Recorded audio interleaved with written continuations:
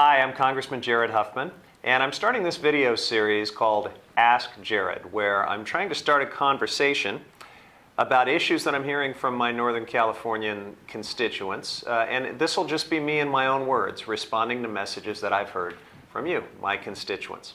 Our country has a huge number of problems. We're dealing on the global level with things like climate change. We have a fragile economic recovery here at home. Millions of people are suffering from the sequester. We have a broken immigration system. And of course, Congress continues to be ruled by gridlock and partisan dysfunction. I want you to know that I'm here in Washington fighting for you, but I'm also listening to you. So I'll be recording these videos as often as I can. I hope that you will click here and visit my website so that we can keep in touch. And I also hope you'll join me on Facebook and Twitter over here. Another way to keep in touch and let you know about the work that I'm doing for you in Washington. Thanks a lot.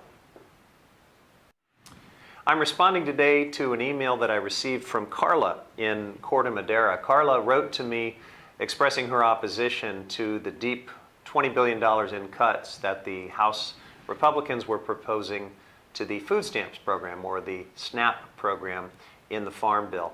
And she urged me to oppose those cuts. I want to assure you, Carla, and everyone else who supports the food stamps program, that I do indeed oppose those cuts. In fact, to highlight the draconian nature of those cuts and to express my opposition to them, last week I did something called the SNAP Challenge.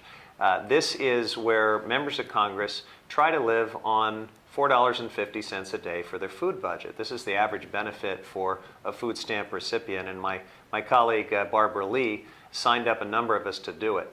It was a very important experience for me. It really helped personalize for me what a challenge it is for families who have to live not just for a few days like I did, but for months and even years at a time on a very, very limited food budget. It's tough. It's tough to get a balanced diet. It's very hard to get fresh food and have the kind of nutrition that you need. And it's important to remember that 75% of food stamp recipients are households with children. They're families. So there's all sorts of reasons to appreciate just how modest this benefit is. 25% of the households, by the way, have seniors or disabled members of their household. So there are often going to be special dietary needs that have to be met while providing all the nutritional needs on $4.50 a day. It's not easy to do. And it's certainly not an extravagant benefit by any measure. To propose a $20 billion cut to this benefit was certainly a bridge too far, in my opinion. It was one of several reasons why I did vote no on the House Farm Bill last week. There were other bad parts of this Farm Bill as well. Lots of benefits that tilted too heavily in the favor of large corporate agribusiness in the Midwest and in the South. There was a provision that actually would have put California egg farmers out of business by preempting all state health and food safety standards. So it was a bad bill, and it failed pretty miserably. A bipartisan group of members voted against it.